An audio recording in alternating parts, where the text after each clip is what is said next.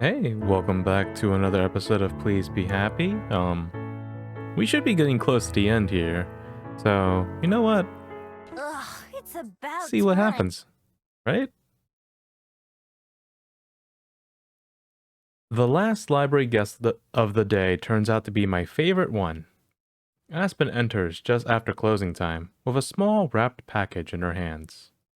Aspen, I didn't know you were coming. I drop what I'm doing to greet her at the door. The dog does too, and she stoops down to pet him. That's because I wanted it to be a surprise. Also because I wasn't sure I'd be able to get off work in time. But we managed. Ooh, a surprise? She shakes the box she's holding. Its contents rattle generically. Generically? Like, I thought it was gonna say gently, so I was like getting ready to say that. Right. I have a present, but I'm afraid it's not for you. Oh, wow. I can't believe you would do this, Aspen. For Juliet? Aspen just smiles in response.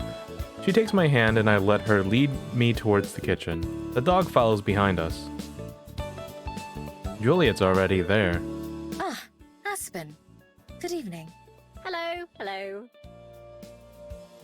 She sets the box on the table and then takes a seat with a sigh, just like she was showing up for breakfast. This is the first time I've been able to sit down in hours. Thank you for joining us. I'm sure you must be exhausted. It's fine. This is important after all. I'm totally confused by now. Wait, Juliet knew you were coming? I thought your present was for her. Nope. I just said it wasn't for you. Although you'll still need to open it because it's for him. He gestures at the puppy, who's on the ground, chewing his own foot. Aspen slides the box across the table towards me, and I lift it up. It isn't very heavy. Although, Miho, sounds like you have competition now. You should really assert dominance here. Both Aspen and Juliet watch me eagerly. Here goes. I slice a hole in the wrapping paper, and then rip it all away in one go. Beneath it is a box with brightly colored letters. I try to sound them out slowly. Deluxe printer ink cartridges. What? Aspen, who's been leaning forward in anticipation, deflates a little. Not quite. That was the only box I could find. Open it up too. I use one of my nails to cut the tape on the box and pop it open. Inside are a small collar and a leash. I lift them gently. It might be a little big for him now, but I thought he'd grow into it soon. Without having him with me, I just had to guess what the right size was. I look from Aspen to Juliet, to the dog, and then back to Juliet. Does this mean... Indeed. They're gifts for the newest member of our household. I've searched and I can't find anyone looking for a lost dog like him. Nor has anyone reached out to me about it either. As he's already house-trained, he clearly lived in a house at one point. But it seems that was a long time ago. I don't believe he'll be going back. And besides, he seems happy to be here. He's already found himself a home with you. The dog himself gets up and comes to sniff the accessories in my hands. While I'm sure I know the answer already, I feel I should ask all the same. Would you like to keep him? I look down at the animal beside me. If someone had tried to put a collar on me, if someone had tried to keep me, I would have done everything in my power to avoid it. Kicked, bitten, ran, whatever. There's no way I'd have allowed someone to control me like that. But he's not me. Already the dog is looking healthier than when I first found him. He's filled out a bit and his ribs don't poke out as much. He's been better behaved than I would have been too. Juliet even said he must have lived in a house before. I've seen that he doesn't always know how to take care of himself either. If I hadn't taken him from the park that day, it could have been a matter of time before he got hurt. Like when he almost got hit by a car. I grew up in the wild, always looking after myself, but he needed a little help. When I look back at my friends, their faces are slightly concerned. They probably expected me to answer yes right away. I want to keep him. But what if he doesn't want to stay? He's been comfy here so far, but what if that changes? Why not ask him? He doesn't know any words like Percy and Byron. I just talk to him anyway. Those two are very well spoken, I'll have you know, but that's not what I meant. Don't you remember back on Her face goes a little red. that day I asked you out? You were telling me how animals don't have to communicate with words. Could you maybe ask him as a fox?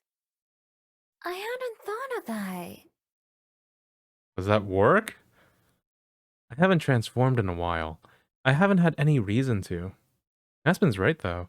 Maybe there are things I can say that way. Setting the leash and collar on the table, I take a couple steps away from the dog and change forms. More than ever before, I can feel the magic coursing out of my bead and into my body like blood. The sensation of my limbs shortening and my face changing and fur growing out stand out more than usual. They aren't uncomfortable, but I'm used to barely noticing it at all. When my transformation is complete, the dog begins to growl, his hackles raised and tail stiff, and he backs away slowly. He's clearly afraid, but the nuances of what he's trying to say are hard for me to pick up, because I'm so out of practice. It's like when I try to speak Korean after a long time. Danger, danger, fear, missing, where? I get the impression that he wants to know what happened to me, the me that he knows, and that probably disappeared suddenly. He's probably never seen a fox before, but he instantly identifies me as a threat.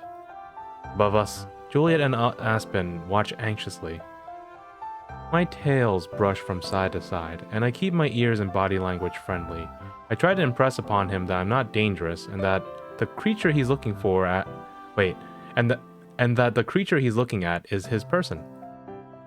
Danger, doubt, danger, fear, doubt. Poor dog. I don't know what voice to give him, so I'm just giving him mixed voices. Instead of growling or barking at any of the other sounds I'd make to talk to other foxes, it's more like I have to will my thoughts across to him. I try to convey that he can trust me, that he knows me still. The growl softens, but he keeps his distance and fur raised as he sniffs the air. Doubt? Doubt? Trust? Doubt? Danger? Just a couple inches away, I stop and lay down on the ground, showing that I trust him in return and know that he's not a threat to me. Doubt? Doubt? Trust? Trust? Trust? Finally, he approaches me, and his nose goes still. We look into each other's eyes, and then he gives me a gentle kiss on the snout. Trust. I nuzzle against him, showing him that his faith was well placed. As I do, I try to convey other feelings to him in the same way as him. Home, I tell him. They? I ask. Home. They. Safe. Imagine him settling down here like I have, until everything is familiar, going to sleep well fed and safe, and waking up rested. Maybe he had that before. If so, I don't know how anyone could have just abandoned him and left him to fend for himself. I don't know how they could be so cruel. Yeah, I have stories about that. If there's one thing I can promise, it's that I'd never let that happen. Even if I couldn't take care of myself. Wait, even if I couldn't take care of him myself anymore, I wouldn't just abandon him. I wouldn't just leave him alone. Oh my goodness, usually by this time I'm like warmed up and I'm flowing with the words and I don't stutter and make so many mistakes. But man, today's one of those days, I guess. His tail thwacks against the floor, against the wall as he wags it. Now that he's figured out who I am, it doesn't seem like he has to think about it that hard. Home. Home. Home. Home. Home. I transform back into my other form. This time, he doesn't seem bothered at all. Picking the leash and collar back up, I finally smile at Aspen and Juliet. He's gonna stay. Aspen helps me put the collar onto the dog, and then we head out into the backyard with him. I'm glad it fits all right. He doesn't seem to mind too much either. Yeah, that was pretty easy. Maybe he's used to it. Or maybe he knew you were doing something good for him. Aspen and I sit down on the steps while the dog runs around. He finds a ball that he left out here earlier and brings it over to me to throw. I toss it, but not too far, and he hurries off to get it. Have you thought about what you're going to name him? Dog. No, not really. I guess he needs one though, huh? It's better than just calling him the dog all the time. Right. Well, if I was gonna be consistent, then I should probably call him Og or Uppy. Aspen laughs. Perfect. I know who to ask if I'm ever struggling to name a character someday. I get it. Cause Miho is just Gumio just cut off. Okay. Yeah. That's a little funny. That reminds me. Before she left today, Silver told me she'd picked a name for herself too. She chose Umbi. It means silver rain in Korean. That's gorgeous. I like that she kept silver as part of it. I suppose that means you helped name her too. You're right. I wonder if she thought about it that way. I'll bet she'd change it on the spot if I ever asked her. I wish you could have talked to her more. I wish I could have too. I'd have liked to know her better as well. For her story? That's part of it. But it's not the only reason. From what you've told me about her, she seems like a good person deep down, who hasn't had the opportunity to express that much. She seems like someone who could have come to be an important part of our lives. Not to say that she isn't already important to you. Like him. Not too far away, the dog rolls around in the grass, kicking his feet in the air. My dog. Yes, exactly. You said it yourself about Unbi. The two of you are like family. And now this fellow is part of the family too. I pat my leg, and the dog instantly sits up to walk over to us, greeting each of us with a lick on the hand. I think about what Juliet said a few minutes ago, when she was telling me he could stay. Suddenly, it comes to me. Happy. Happy? His name is Happy. Happy looks up at me, his tongue lolling out the side of his face in a smile. Aspen giggles. Do you like that name? I ask him the question, knowing that I won't get an answer. Still, it just feels polite to ask. Even though I chose to do it as a human, not a fox. I'm sure he does. A saying that I appreciate is that names are a gift that someone gives you. And if it doesn't fit, you can exchange it for one that does. Or, it might not fit you at the start, but eventually you'll grow into it. In this case, I think it suits him perfectly. Watching the dog close his eyes in comfort as he keeps getting attention, I'm glad that Aspen agrees. Now that you mention it, I've done a lot of name exchanging too. You only started going by Miho here in Welly, right? Yeah. I'm surprised you remember that. She taps her forehead. I'm good at remembering important things, and Miho things are important. God damn, that was smooth. I lean against her, resting my head on Aspen's shoulder. I think I like being Miho. All the good things in my life started happening after I picked that name. I like you being Miho too. The two of us sit for a while more, playing with Happy until he gets too tired to keep chasing the ball. Taking that as a sign that we should call it a night, all three of us head inside together. And here you are. With a flourish, Aspen slides 2 plates onto the table between Juliet and me. There's fresh cut fruit and some warm potatoes and a sandwich made with bacon and cheese. I hardly ever have meat anymore, so it's a rare treat. Whoa! This looks really good! I'm glad I haven't lost my touch. I don't do this kind of table service very often, you know. I know! We must be your favorite customers or something. Maybe, but don't tell the rest of them. Today is Aspen's last day at this Bell house, so she invited Juliet and I to breakfast for a change. Happy came along too, of course, and his leash is tied tightly to my chair. Juliet shifts her parasol a little bit to match the rising sun. She sips her tea and smiles warmly. There's a reason this is our favorite cafe to visit. Soon to be second favorite, I hope. Aspen leans against the railing, looking up at the sky.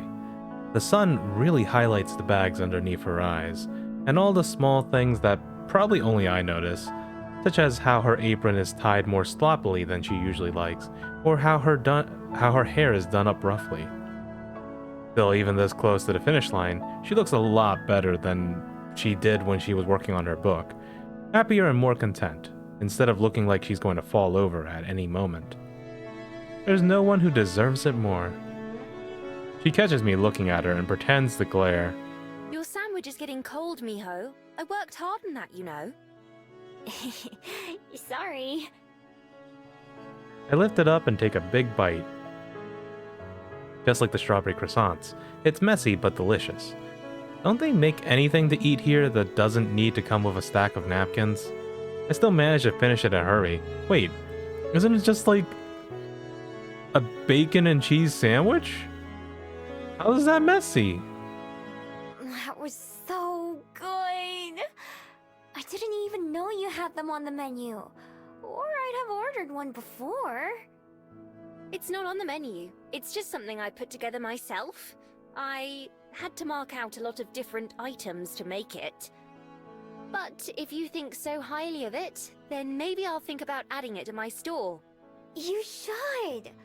I'll eat one every day. Every day is an awfully long time. It was that good. I saved a little bite for Happy, who's currently protecting us from everyone who passes by. He doesn't bark or growl, but he keeps pace with them, walking as far as his leash will let him before going back to the start.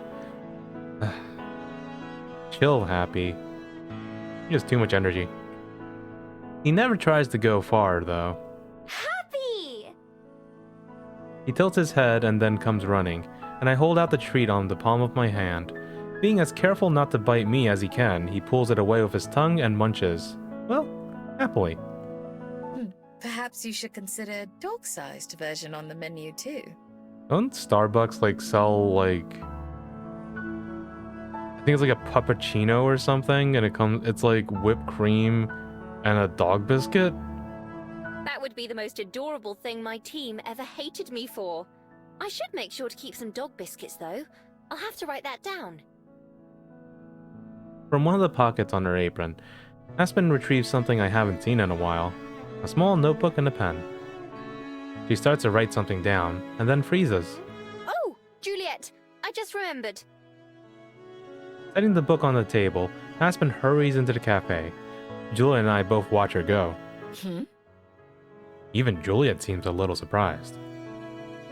But 10 seconds later, the door flies open again, and Aspen is back, carrying a different piece of paper. Regina approved my idea to put a reading corner in the new store. I was wondering if you would let me borrow a few books to stock it. Maybe it could even be an extension of the library. She holds up the paper, showing us a sketch of what it'll look like. Several wooden shelves line one wall, and on the other side is a tall bookshelf that separates the reading spot from the counter and kitchen. It hasn't been set up yet, but they'll be installing it tomorrow. So on opening day, all that will be left to do is fill the shelves. Juliet claps with delight. I love that idea. It would be my pleasure to share our collections.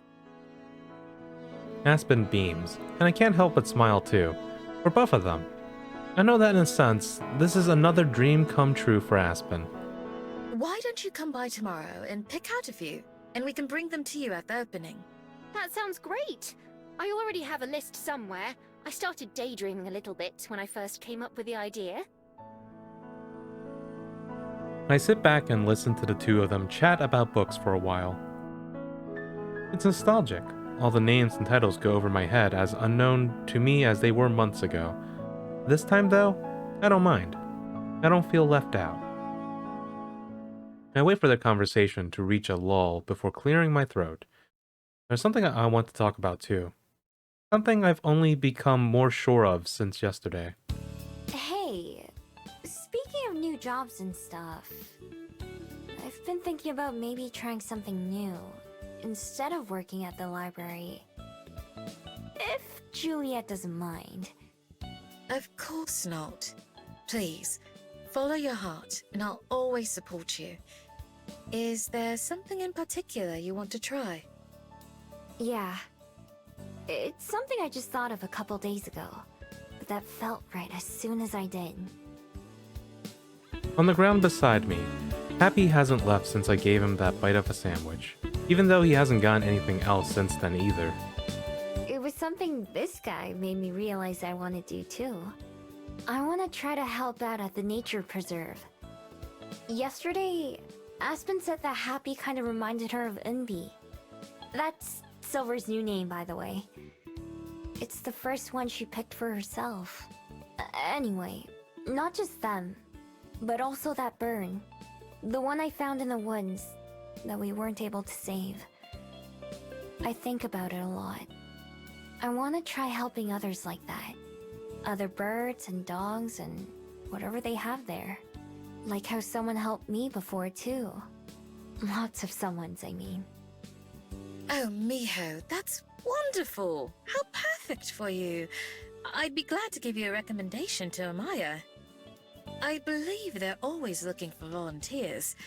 After a while, you could even apply to work there, like Amaya does.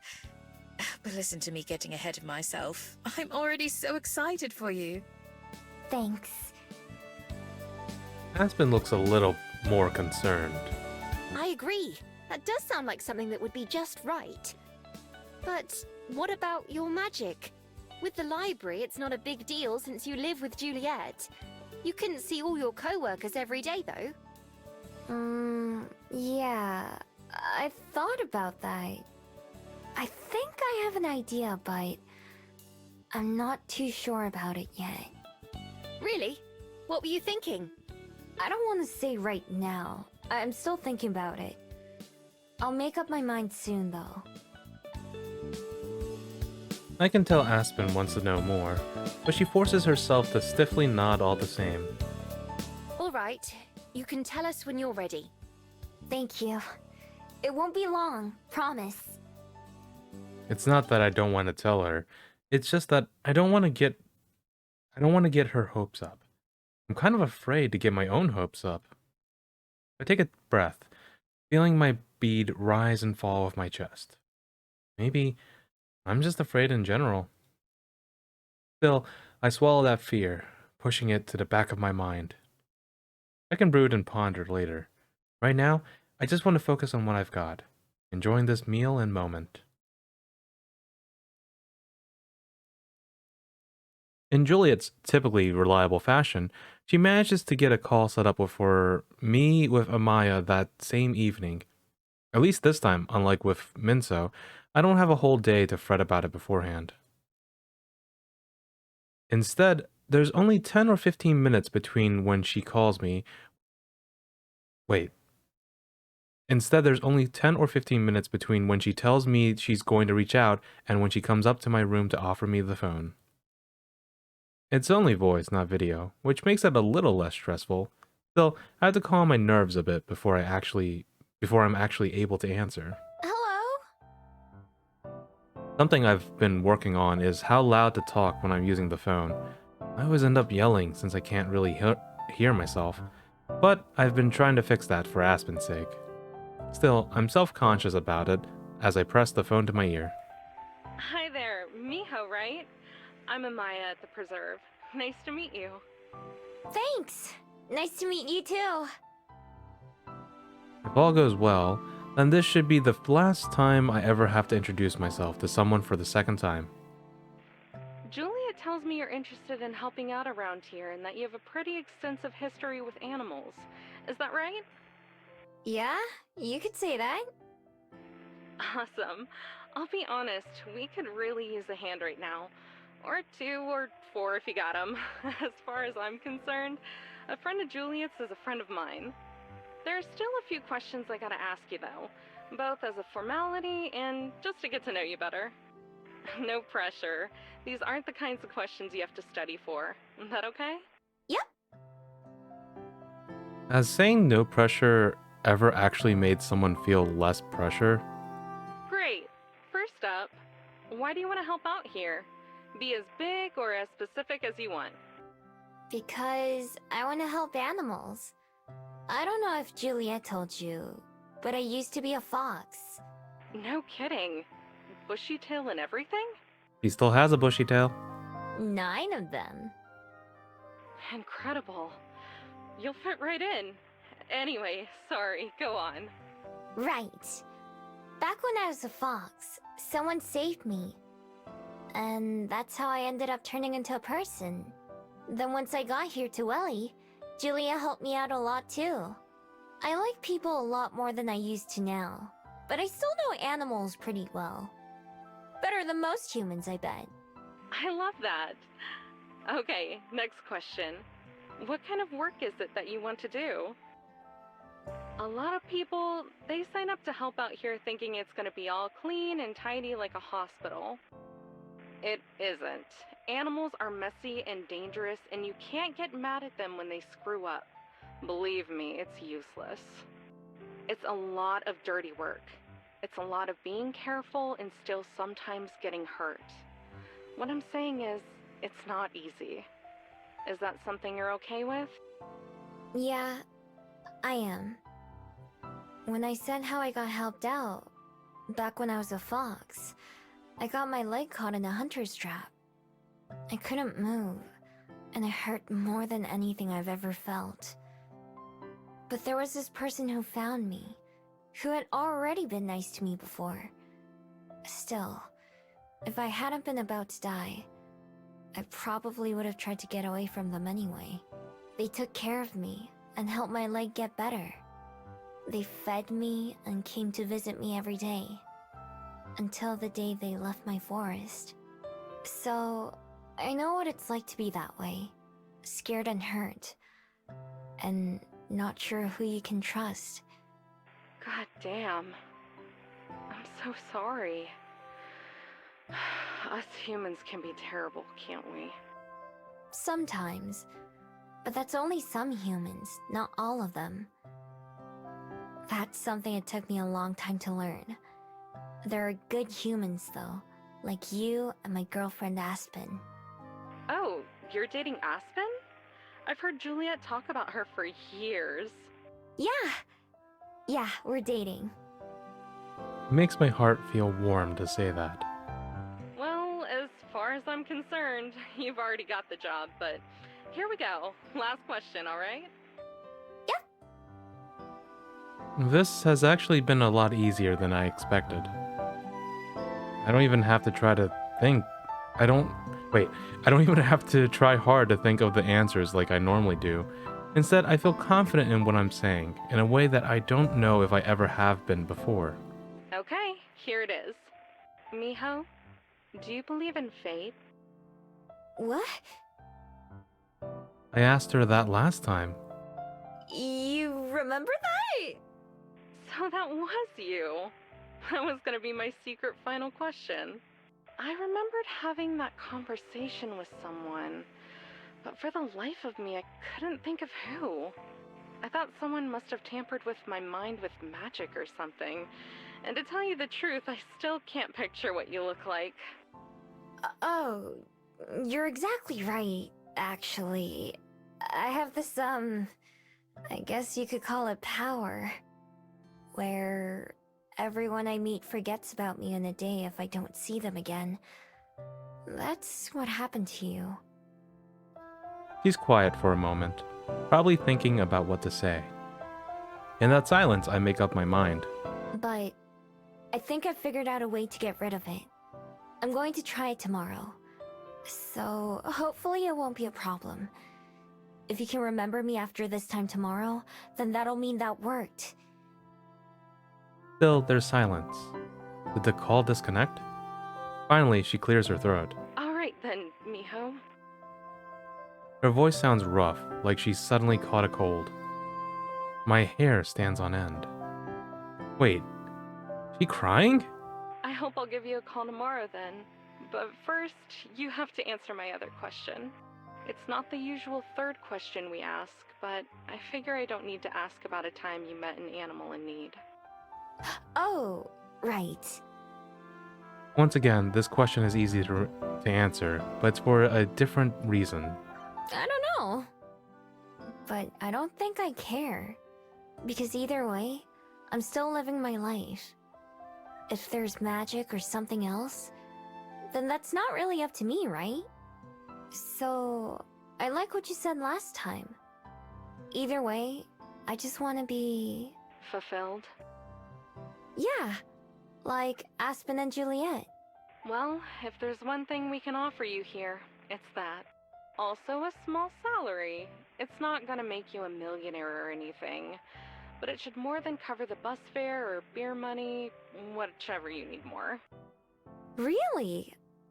I thought it was all volunteer stuff. We usually start them off that way. Helps figure out which ones are serious about it and which ones are just looking for a summer job because mom said so. But I get the feeling you're gonna be a long hauler. What about you? Now I have to pause to think about it. Working at the library is the longest I've ever stuck with something, and that's only been a few months. What Maya is talking about is a lot longer than that. After spending most of my life not thinking beyond the next 24 hours and spending my time here taking my daily life for granted, I haven't had too much time to think long term. Other than making sure Aspen, Happy, and Juliet are part of it, the future hasn't been that important to me.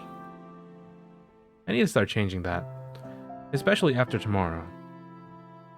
So maybe this is a chance to start the New Year's off with something else that's different for me. My New Year's resolution, Aspen called it. Yeah, I'd like to be. Super awesome, great. I haven't been this excited about a new hire in a long time. Thanks. I'm glad we're not on the video call, so she can't see me blush. I'll have to file some paperwork to make it official, and get the okay for the expenses, all that boring stuff. I'll try to get back to you tomorrow, end of the week at the latest. Sound good? Yep. Good. You better get that magic thing taken care of, Miho. I'm gonna write myself a note to be sad if I forget about you. You got it. Good. Talk to you soon then. See you later. The call ends, and I immediately sigh once again. Of course, I can't blame her, but she makes getting rid of my magic sound so casual. In reality, that would be the biggest change of my entire life. Maybe even more than becoming a Gumio in the first place. It's the change that I need at this point in my life, though. As both Aspen and Juliet love to remind me, it was my path through life that made me who I am today. However, that person isn't the same as before. The things that matter to me now meant nothing back then. It was only logical to me that my need to transform, steal, and be forgotten has changed too. I'm grateful for everything my magic and bead have done for me. But they're the final step from that path that I need to move past. Plus, if Umbi is right, then they're not separate things that I'll lose. They're just parts of me that change too. That feels a lot more comforting, I think. Since Happy left with Juliet when she brought me the phone, I have a rare moment to myself. I remove my necklace and hold it in my hands, something I do quite a lot these days. Even more cracks have appeared on my bead.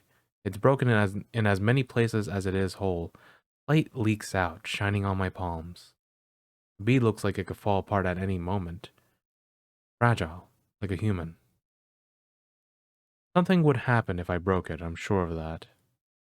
Something will happen when I break it. Tomorrow, I've already given myself that deadline by telling Amaya. It's short, but it's less time to dread it and change my mind. Enough time to tell Aspen and Juliet, though. I want them to be there when I do it, too. I don't know what will happen. If I were to let myself think of the possibilities, I'm sure I would end up talking myself out of it. Instead, I choose to believe what Unbi said, and what makes the most sense to me. That it would never make me into something I don't want to be. I'll choose my own destiny instead, my own fate, whatever it may be. After months of practicing, the day of the play finally arrives. Our performance starts in the evening, but I have to be there in a couple of hours. Aspen promised that she'll be in the audience to support both me and Lena. Juliet will be taking care of Happy, so she won't be able to make it. Even though I explained again and again that I'll just be standing there when I'm on stage, they're just as excited as they were when I first announced I'd be participating. I am glad that they'll be there, though. The last hour or so before showtime is a busy one, with lots of cast running around doing last-minute preparations or run-throughs. I just try to stay out of the way and help out if asked. We made the change from practicing in the park to practicing on a real stage pretty easily, and by now the whole production is pretty smooth. I make the mistake of peeking out from behind the curtain before it begins, and see that almost all the chairs in the audience are filled. I even manage to spot my people, although they don't notice me. I head to a corner backstage, doing my best to stay out of everyone's way. Cyrus has been walking around, checking in with each cast and crew member in turn. He still hasn't gotten to me when Lena hurries over. Miho! Ready to go? Nervous? So far, so good. What about you? Shouldn't you be in your costume? I'm gonna go get changed soon. I was just, talking with my parents. Are they here in the audience? Yep, front row. I think they were more excited for me to be in this play than I was. I know exactly what you mean. I'm glad I did it, though. Yeah, me too. They said they're glad I found something I like, although I know they still wish it was ballet. I guess me being up on stage is still good enough for them. You're okay with that? Yeah, I think I am. I mean, it was my decision. I probably won't be in any other plays anytime soon, though. That's too bad.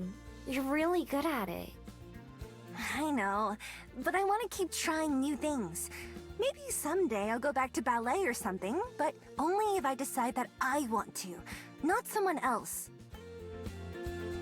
Cyrus wraps up a conversation with a nearby cast member, and then joins us in our corner. Hey, you two. All set for your big debut, Miho? I think I've got all my lines down. Good. How about you, Lena? Ready, boss! Cool. Thanks for making this possible, both of you. No, it's no big deal. Right, Miho? Right. For me, that's pretty true. But for Lena, We should probably go get changed, but first, scratching his neck, Cyrus looks away for a moment. Hey, Lena. Are you, busy after this? Folks, this is incredible. Cyrus is going in for the touchdown. After the play? No? Why? Do you wanna get dinner or something? Folks, this might be the best play of the game this whole season. Lena has no defenses. Cyrus is going in for the kill. Lena blinks a few times in rapid succession. Yes! Let's do that! Fireworks, folks. Cyrus has officially asked Lena out. I repeat, Lena and Cyrus are officially going on a date. Okay, I'm gonna go get ready now! Face red, Lena runs off, both Cyrus and I staring after her. The dressing room's the other way. A moment later, Lena zooms past us by, going in the opposite direction. Oops, it's this way. Oh god, she's cute. She disappears into another room. That wasn't weird, was it? From me, I mean. Nah, I think weird is like her normal anyway. I think she's pretty glad you asked her. I kind of had a feeling after she gave me that painting a while ago. Part of the reason I wanted her to be in this play was so we could hang out more. But it's been kind of tough. Don't worry. I think it'll all work out fine. Cyrus nods. Well, I'm gonna go get dressed too. See you on stage. See you! Cyrus leaves, and I spend my last couple minutes alone. It's taken a while to get here, but it seems like everything turned out alright. Lena's all over the place and hard to follow sometimes, and Cyrus is like her opposite. They're both nice people though, and I hope that them getting dinner later is just the start of something between them. I think they'd be good for each other. Eventually, it's time for me to go get ready as well. In the dressing room, I pull on my stiff tree costume and take my place backstage. From the other side of the curtain, I can hear the low rumble of the crowd talking. As the lights dim, the chatter does too. Looking around, I see Lena, all dressed up and ready to go. Gives me a big thumbs up, and at the front, Cyrus faces everyone with a small smile. Showtime. We all get into position, and the curtain raises. The music begins, and Lena soon takes her place on center stage. Watching her perform is like watching a whole nother person. There's a certain grace to her movements and the way she talks. I admire her ability to just go all out and to perform when she has to, even when I know she must be all worked up emotionally. Cyrus is the same way when he's acting. He has to talk louder to project his voice, but he doesn't seem uncomfortable doing it. The way he walks and talks is elegant, like Lena. The audience laughs and gasps in all the right places, and I even hear a few sniffles during some of the sad parts.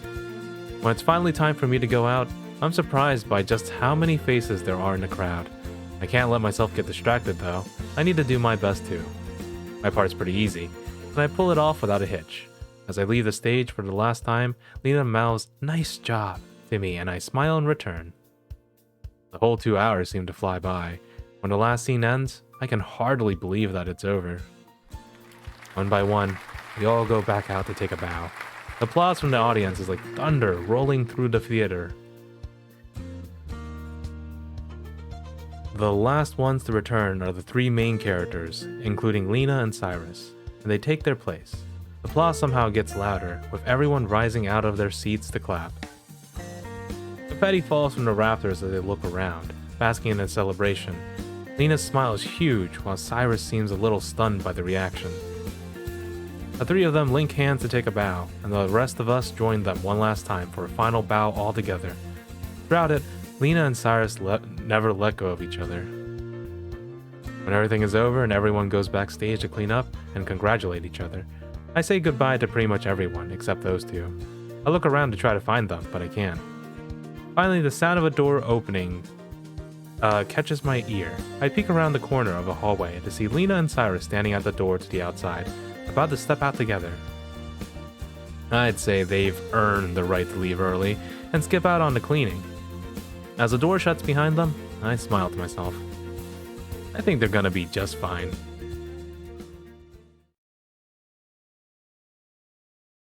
Even though Aspen shows up for breakfast, I'm too preoccupied to do much but eat and respond on autopilot. After a predictably sleepless night, I can barely stay focused enough to chew. I'm so out of it that Aspen has to wave her hand in my face to get my attention. Miho, Yeah? I was going to ask if you're okay, but I think I need to ask what's wrong instead. What do you mean? You've been chewing on an empty fork for a little bit now. I look at the utensil in my hand. Oops. Aspen gently sets my brutalized fork onto the table. My plate is so full, I'm not sure if I actually had any food or not. Is this about your secret idea from yesterday? I nod. You're good. I like to think I know you pretty well. Is it something you can talk to us about yet? Juliet also leans in to show she's listening, although she doesn't interject. I can feel my pulse rise in response to the sudden attention. Even Happy is watching me. This is the whole reason I decided so quickly. I should just get it over with. I'm going to smash my bean. Both Aspen and Juliet look at me in stunned silence. I'm not surprised. I don't know for sure, but if I do that, I think my magic will go away. The problem is, I don't know what else will happen to me. But I think I'll be okay. Unbi thinks so too. While Juliet continues to look shocked, Aspen's face flips through emotions like I'm changing channels on a TV. Smash it? Are you sure? That's awfully permanent. And what do you mean, what else? What do you mean, you think? Have you thought? Aspen. All Aspen has to do is look at Juliet, and she cuts herself off. I'm sorry. I'm sure you've thought about it. But that's so sudden. I'm sure you can see why I'm so shocked. It's been on my mind for a while, and it's all I could think about last night. It's what I want to do, though. I told Amaya I would, for one thing. And I'd feel a lot better if I didn't have to worry about either of you forgetting about me. Me too. God, me too. Your magic is more than just being forgotten, though. That, plus your ability to transform, plus, I would imagine, your immortality. Aspen gasps. Miho! I know. I thought about that too, and I'm okay with that. I want to feel more. I want things to mean more to me. I don't think that can happen unless I know I'm going to lose them someday. That's something both of you helped me realize. I meet Juliet's gaze. You too, and Cosette. Her eyes go wide and settle into motherly contentment. Closing her eyes, she nods in acknowledgement of what I said. Aspen grabs my hands, one in each of hers, holding them to her heart as she faces me. Miho, I don't know what to say. There's so much that I don't know if I could get through it all. So, I'll just trust you. I'll trust that you know what's right for you, and I'll support you in that. Always. Aspen has barely finished talking when there's a sudden flash of light from my necklace, causing both Aspen and Juliet to recoil in shock. Happy yelps in surprise too. What the? I instantly cut my hands around the bead, which contains a lot of the light, but not all of it. Aspen still has to use one arm to shield her eyes. Somehow, despite the brightness, I'm able to see through it unbothered. The bead seems to be shaking, and I don't think it's because of my hands. It's still whole, but just barely. It's had its fill of whatever it was looking for. I can feel it. It's needy. The magic within it wants to burst free and escape. All three of us exchange a look, knowing that it's pointless to say anything else about the issue. Whether it's instinct or just my own inner strength, I grit my teeth and stand up. It's time. I walk to the front door, hoping that I'm not shaking as badly as I think I am.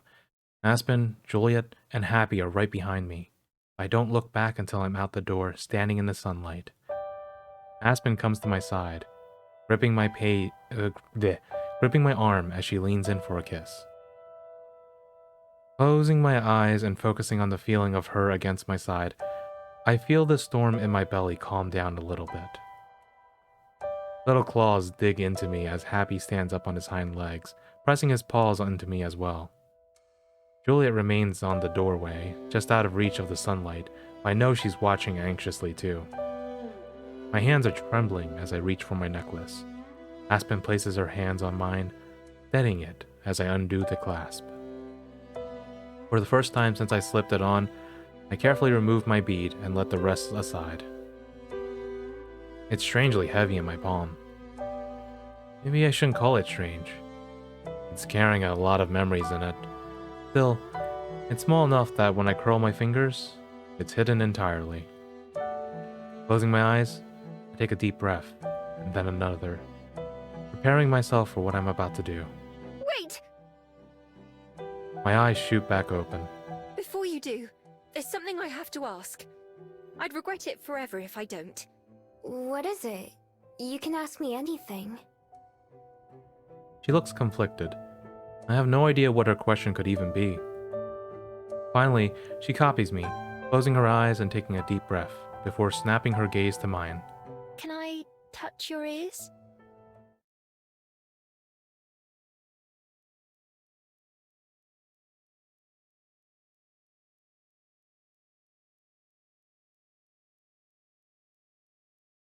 Huh?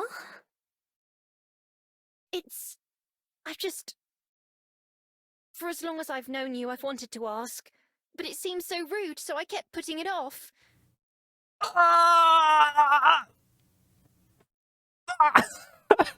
Oh no! Aspen! I mean, we were all thinking it, right? I can't put it off anymore, though. I take a second to process what she said, and then I burst out laughing. Of everything she could have said, that definitely wouldn't have been one of my guesses. She looks so guilty about asking that it makes me laugh even harder until I'm doubled over and unable to stand up straight. Tears start to stream from my eyes, taking a lot of the tension with them. I can only nod in response, unable to actually answer Aspen's question with words. After a couple of seconds, she can't keep from laughing either, even as she approaches me. I force myself upright at least a little bit more, and tilt my head for her. Her fingers hesitantly settle on my ears, and she scratches a few times the same way she pets Happy. I see why he likes it so much. Aspen doesn't spend too long before moving away from me. She looks a lot more relieved too. Okay, I've gotten that out of my system. Why don't you... Miho! She gasps and points at my hand. I look down. Without even meaning to, I clenched my fist at some point. Familiar light shines between the gaps, turning into vapor and rising towards the sky. I uncurl my fingers, revealing a small pile of glowing dust and shards of my bead. The shards aren't sharp. In fact, they aren't anything. I can't even feel them there. Turning my hand over, I dump the debris onto the ground, and a lot of the dust disappears as it falls. And so do some of the pieces. A couple of them hit the ground before vanishing. Only one piece. The largest one lasts for any time at all. Instead of evaporating instantly, it slowly dissolves, with most of the powder being carried away by the wind. Soon, all that's left is a tiny seed that looks like it comes from some unknown plant. Was this part of my bead too? I'll never know the answer, because the wind picks up and takes that with it too. Although it doesn't disappear into nothingness, it's gone from sight in an instant. If it was, maybe it's on its way to someone else who needs it. Just like Chongying. They'll travel the world again, never quite coming to rest. I think they'd love to be part of the wind, laughing along with the breeze. So I'm sure they'll know where to take it. The instant that the last trace of magic disappears, I can feel my body start to change. It's similar to changing into a fox, but it's different. My ears shrink down, my tail retracts, but the rest of me stays the same. My hair brushes against my shoulders as new, different ears take up the place of my fox ones. It feels like stretching after being cramped up for a long time. Ah shit. Unfoxes your fox, girl. Like always, the transformation is quick. Only a few seconds from start to finish. Except, it's not always anymore. There is no next time. I turn around to face Aspen and Juliet again, just as a tearful Aspen rushes into me, wrapping me in the tightest hug I've ever felt. Somehow, her lips manage to find mine, and my first experience as a human couldn't be any better. Happy doesn't wait long before demanding to be noticed too, so I step away from Aspen in order to kneel down and pet him. He seems to handle this change a lot better than me turning into a fox, since he doesn't growl or act any differently at all. I wonder if he even notices the change. Finally, there's Juliet, who has tears of her own in her eyes. As I climb the stairs, she steps forward and pulls me into an embrace of her own. Congratulations, Miho. Thank you. For everything. Her fang's gone. This is a downgrade. This is an absolute downgrade. I can't believe this. Juliet lets go of me and then steps further back into the house and away from the sunlight. The rest of us go inside too. I feel strangely normal. Other than being a bit dizzy, I feel exactly the same as I did 5 minutes ago. Even the dizziness will probably go away once I get used to not having a tail. I'm not sure what I was expecting being human to feel like, but I thought it would at least feel like something. I don't mind being wrong about this one. I know that I'm right about the human part, though. The same intuition that guided me my whole life tells me that. That's reassuring as well. I'm still me through and through. We go back into the kitchen, which also seems absurdly normal. I feel like I should at least do something to celebrate or commemorate the occasion, but really, just being able to go on with my everyday life feels like a reward itself. Like Lena leaving the Bell House, maybe it'll hit me harder later on, after the novelty has worn off. But right now, I'm just excited to keep living. After Juliet goes to bed, Aspen and I leash up Happy and take him for a walk around town. I notice a few differences, like not being able to smell or hear quite as well as I could before. I don't mind though, the trade-off is more than worth it. My first day as a human isn't too different from my last few days as a Gumio, and that's just fine with me. Aspen stays as late as she can, and when she finally leaves to return to her own apartment, she does it with a promise to meet up again tomorrow. That night, lying awake next to Happy, I look out my bedroom window at the city I've come to know so well. I'd started to take the view for granted. I'm going to have to unlearn all of that. I really want to be grateful for what I have, and someday, it'll all be gone. For what will be the last time for a while, Aspen shows up at the library for breakfast. It's been our routine ever since I came to Wellington, and it's bittersweet that it'll be coming to an end. An ending is just a chance for a new beginning, though. So, tomorrow's the big day. That's right. I don't know how I'm going to sleep tonight. I don't know if I'll have time to sleep tonight. At least you'll have plenty of coffee to drink in the morning. That's true, as long as no one drops the coffee maker or something. Oh, here I go again. I keep imagining 100 things that could go wrong. I'm sure there are a million things that will go right. Yeah, it'll be great. Thanks. I'm sure you're both right. I just can't help being me. That's why I know it'll go well.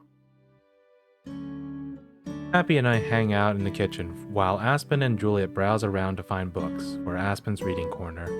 When she has a few picked out, Juliet heads to bed, and Aspen rejoins the dog and me.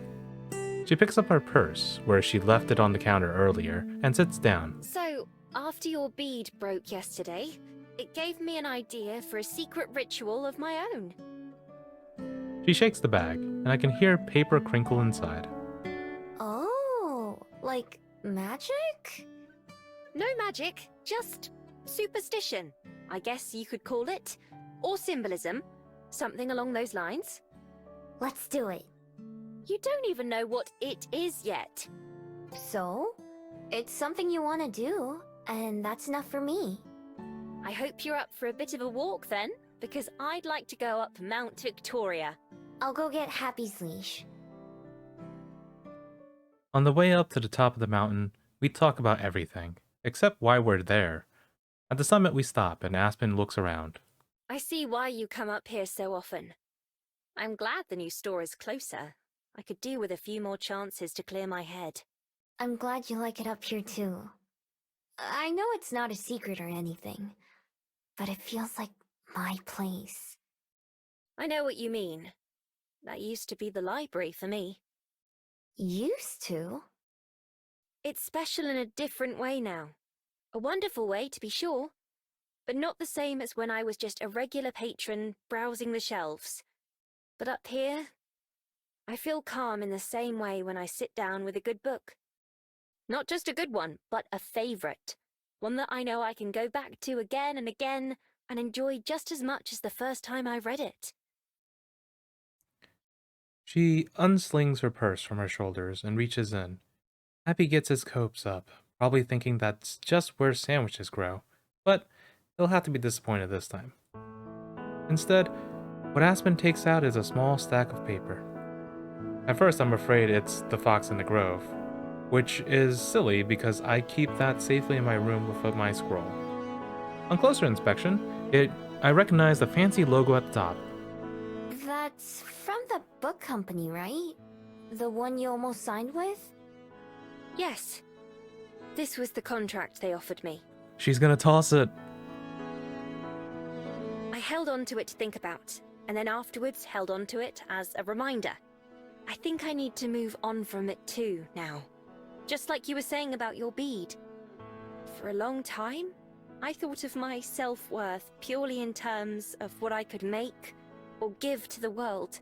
In other words, how good my writing was. That sure turned out to be a mistake. I always knew it was, of course. Still, once you're that far into the hole, it can be tough to dig yourself back out. I have you to thank in part for that. For helping me find my own strength that I needed. That's why I don't need this anymore. Not as a reminder or a motivator. I don't need it to tell me what I'm worth. From top to bottom, Aspen rips the papers in half. Then she tucks those into a pile and rips them again. Then she rips those. She holds out her handful of shredded papers like I held out my shattered bead. Just like then, the wind eagerly picks up the pieces and carries them away out to sea. They toss and flitter in the wind, scattering directions before they're even past the edge of the mountain. Aspen watches them go, hands still outstretched, not to bring them back, but to keep them away. In just seconds, they're gone from sight. I tore up the rejection letters too. The ones I'd been keeping in my box, envelopes and all. I saved a copy of my manuscript instead. That's what I really want to look back on someday and smile about. Not to forget the bad, but to remember the good too. I'll always associate it with these days here with you. And with the new store, and everything else. I think those will be much happier memories to keep. Don't you? I do. I never want to forget how I feel right now either. Or any of my time here. I don't think we will. I'm not sure how we could. And even though the future is scary at times, it scares me right now when I think of opening the store tomorrow. I'm excited. I'm excited to face it with you and with Juliet. And with Happy, of course. Of course. The three of us stand quietly together, facing the horizon and the future. Aspen's right.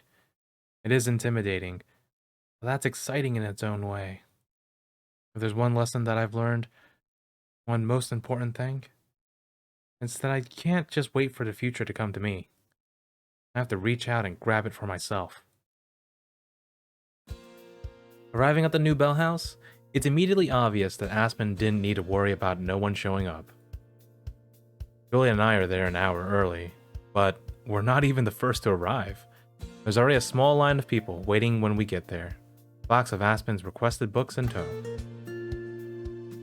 Some of the staff are running around outside, looking stressed. Others are indoors, setting up the display cases and brewing coffee. They also look pretty stressed. I recognize one or two of the employees from the other Bell House. I don't know their names. Most of them I've never seen before. It's just the aprons that give them away. Despite the nervousness, everything seems to be running pretty smoothly. One person that I do recognize is Regina, Aspen's boss. She strolls around the place looking calmer than the other workers. She's probably done this more than once. I'm no expert, but I don't see any problems anywhere. Aspen's done a great job getting everything ready to go. She's been here since before I woke up, so I haven't seen her in person yet, although we've been messaging throughout the morning when possible. I let her know that Julia and I have arrived, but the message sits unread. I spot another familiar face, though at the same time that she spots us. Hey, Miho! She slips out the front door and jogs over to where Happy and I are. Juliet's retreated off under the shade of the building's roof. Hi, Lena. How's it going? Oh, You know, pretty normal day. Hang on a sec, though. Something's different about you. Yeah. Did you get a haircut? Wait, no, I see it.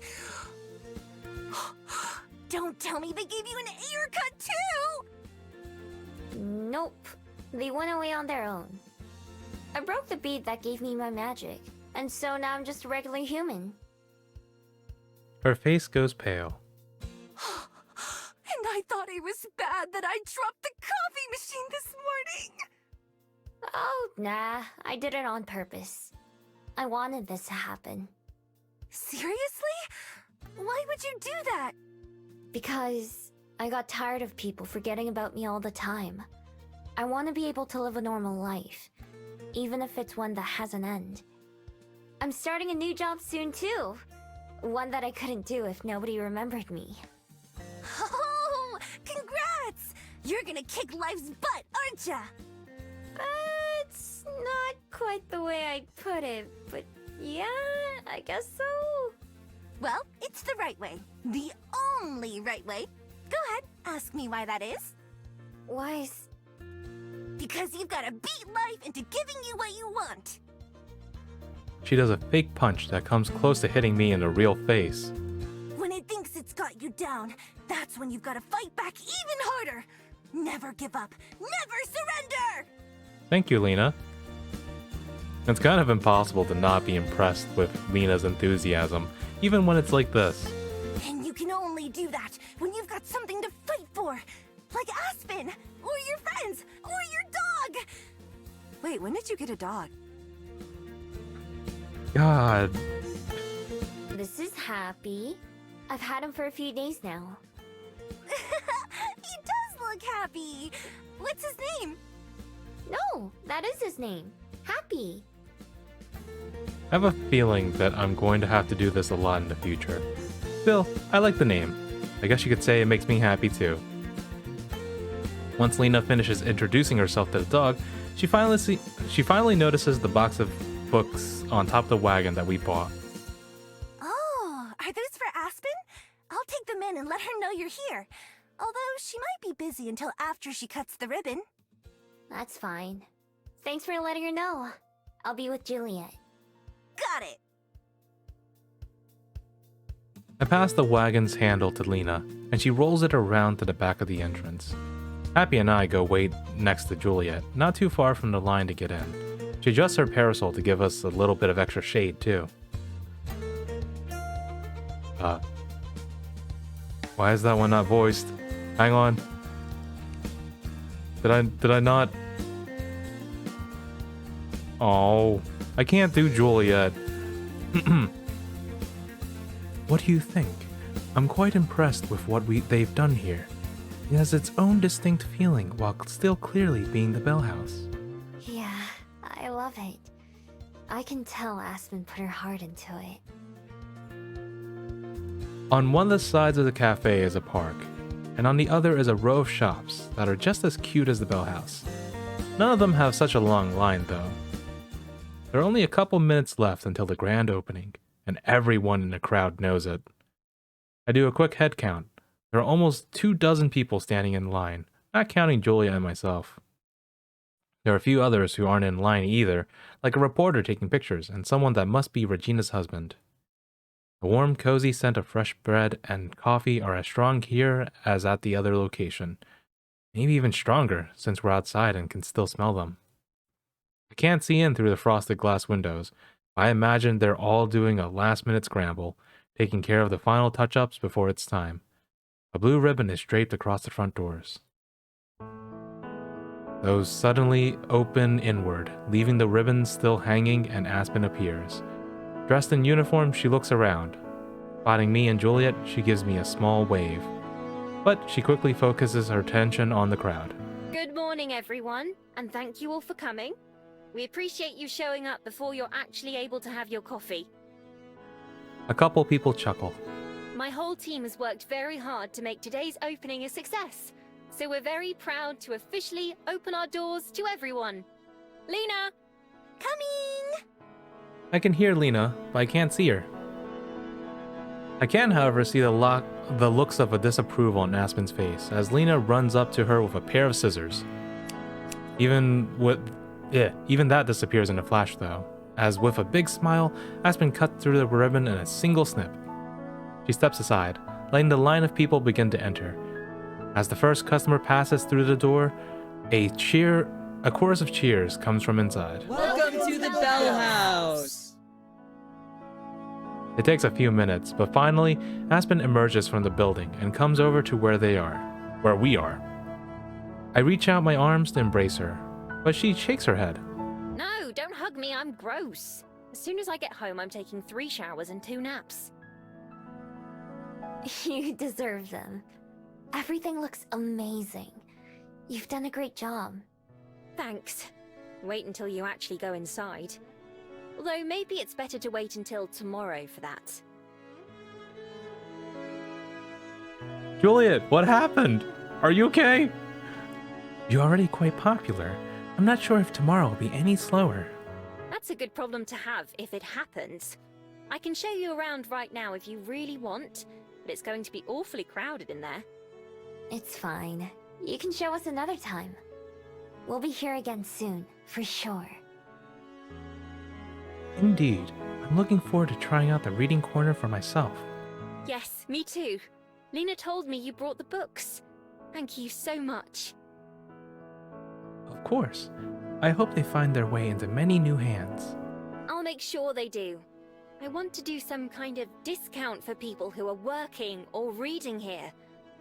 I'm not sure what it'll be yet, but I want to help out students and artists, even if it's just a free cup of coffee.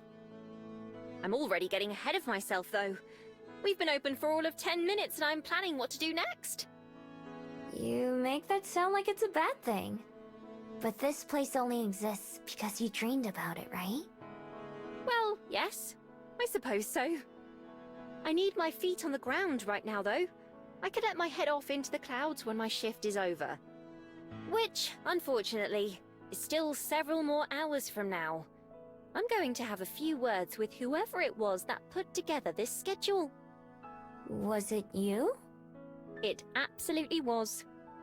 After my naps and showers, I'll come by to visit this evening. Do you have any plans for how you want to spend your last couple days before your own new adventure, Miho? Other than with you? Nah, not really. I think I might go for a walk. It's been a while since I just wandered around.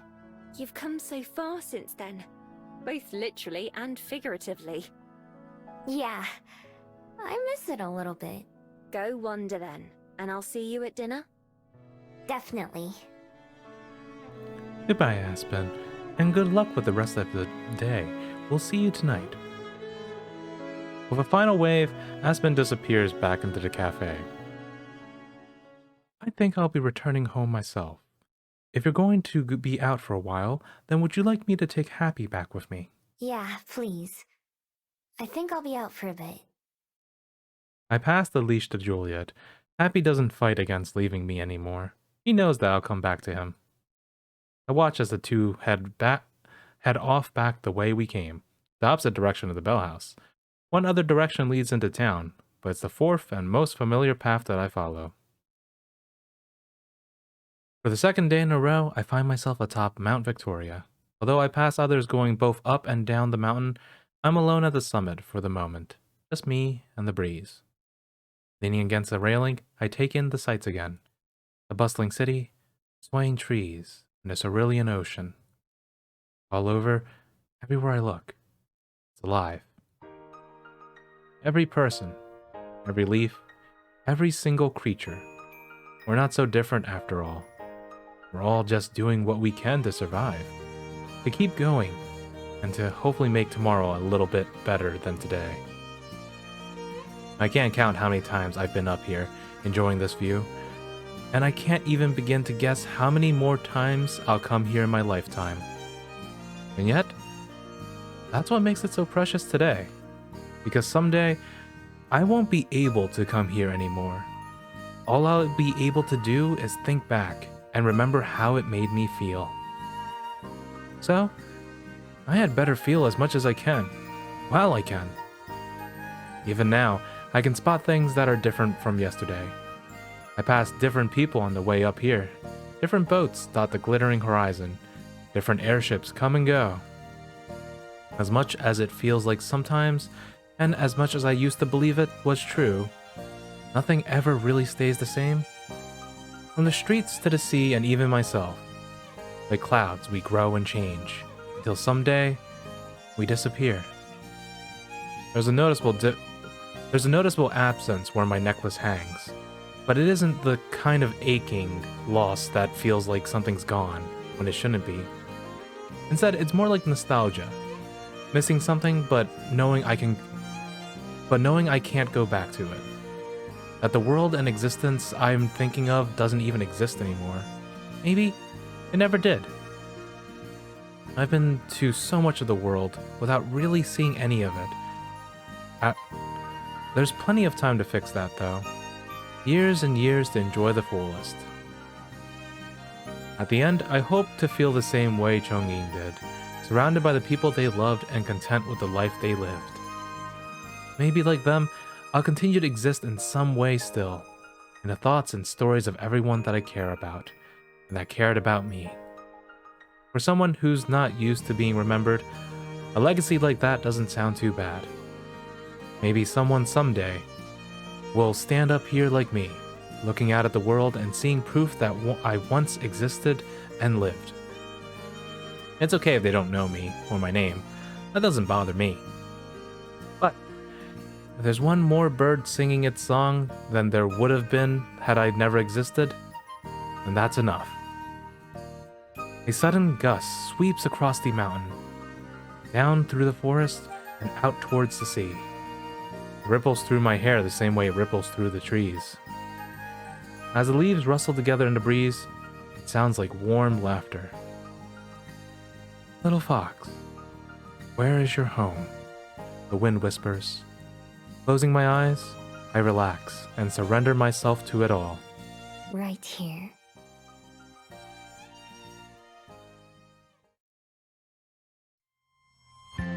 Oh, this was so good.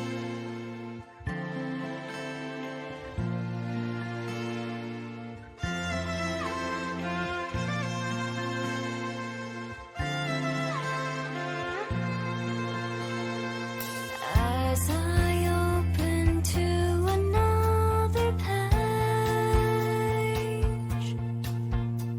I wonder if I'll always stay the same or be someone someday. As you open up another door, I'm searching for more, but I'm not really sure what I'll find. On and on, the clock on the wall keeps ticking along. So I put a bookmark in this chapter of my life. I take the pressed flower to remember you by.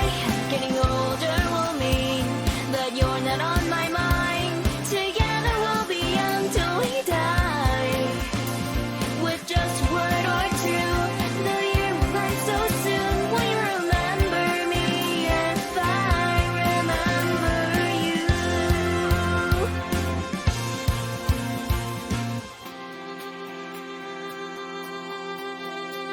Tomorrow's just another new today. I wonder if our hearts will stay the same, or if we'll ever change now. All that we own are our memories, so I'll hold them close and I'll live my life with my heart on my sleeve still. On and on, the clock on the wall keeps ticking along. So I put a bookmark in this chapter of my life. A daily price flower to remember you by. And if getting older will mean that you're not on my mind. Together we'll be young till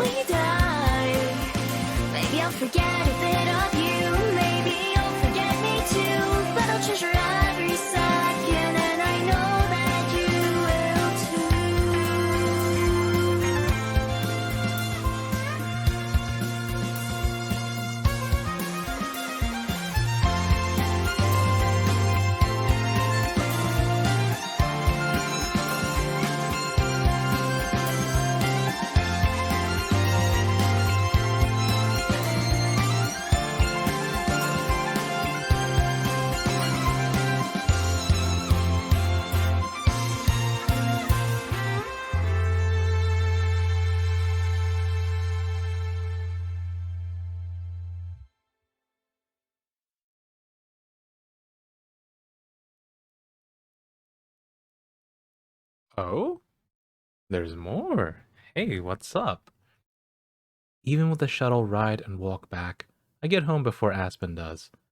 Abby's waiting for me at the door, like he does every day, to lick my hand and then flop on the floor for a belly rub as soon as I come in. The cats crowd around to say hello too, although they keep their distance from Happy as much as they can. 5 years. They still haven't warmed up to him too much. They don't mind me like they used to, though. I started a pot of coffee brewing for when Aspen gets back and change out of my work clothes. It's my turn to cook dinner tonight, so I grab some ingredients from the fridge and leave them on the counter to finish thawing. Then I go up to our bedroom and wash up.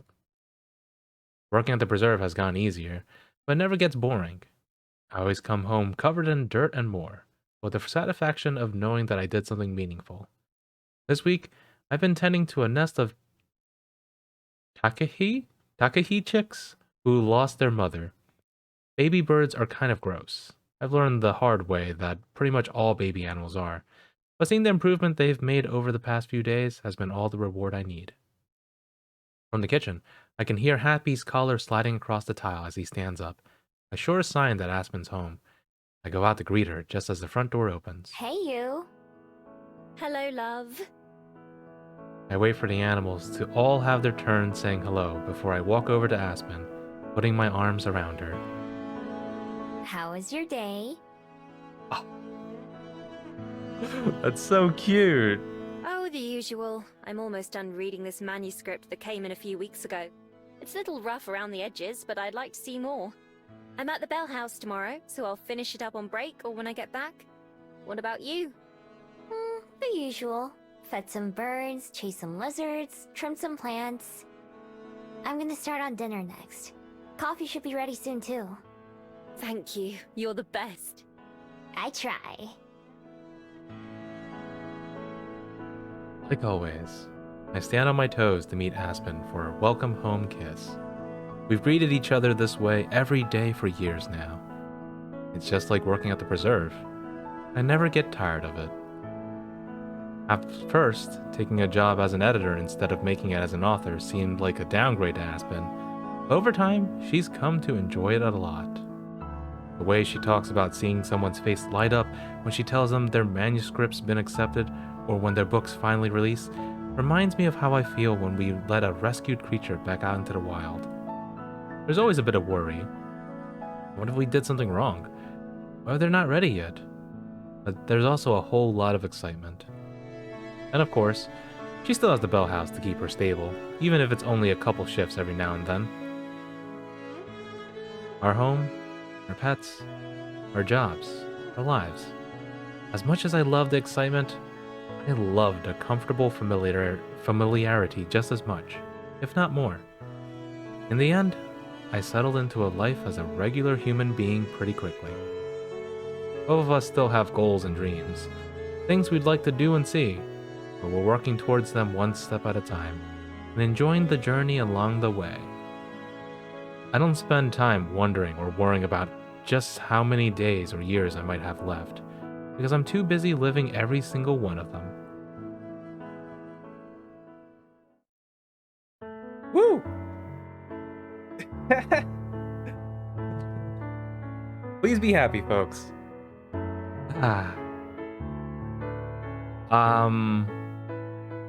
I feel like I should say some closing words.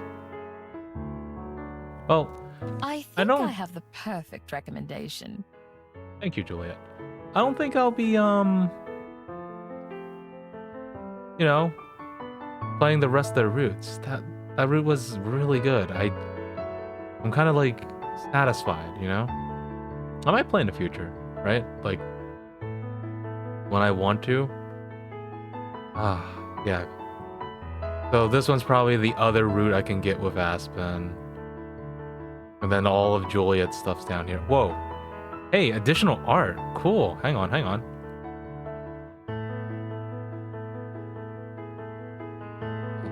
These are so nice. Wait, candy and fruit? That doesn't sound very good. Okay, here we go. Ooh. Oh, this one's really nice. This one's really cute. Wait, is I thought it was Happy. No, it's Juliet. Boy. That one's really cute. Ooh. Alright. Yeah, so I'm not sure if I'll be playing the other routes on stream at least. I'll definitely probably like play this on my own time. But we do have other things planned, so you guys will hopefully stick around for that, right? As always, thank you guys for watching.